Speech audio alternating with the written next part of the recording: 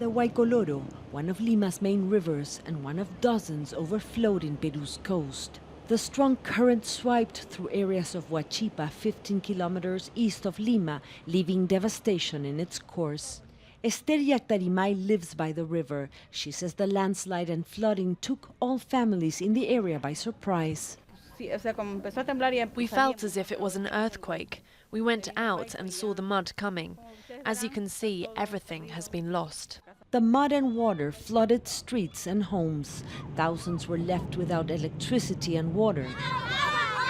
People are still desperate. The mud didn't reach our homes, but we can't leave. Exits have been cut off. We are isolated here, without water. How are we going to cook? The government says more than half of the country is in state of emergency. 70,000 people have lost their homes and 500,000 have been affected.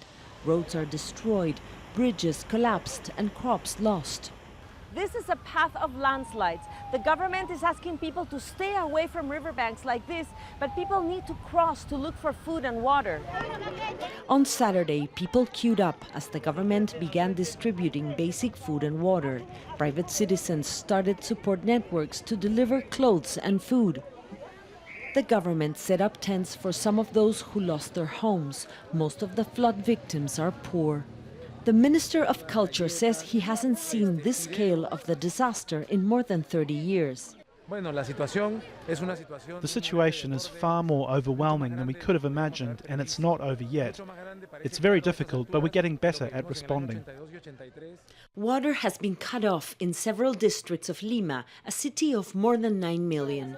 The government is still assessing the level of disruption. Weather forecasts indicate there will be rain for another month as the worst downpours in decades continue to leave the country at a standstill. Mariana Sanchez, Jazeera, Huachipa, Peru.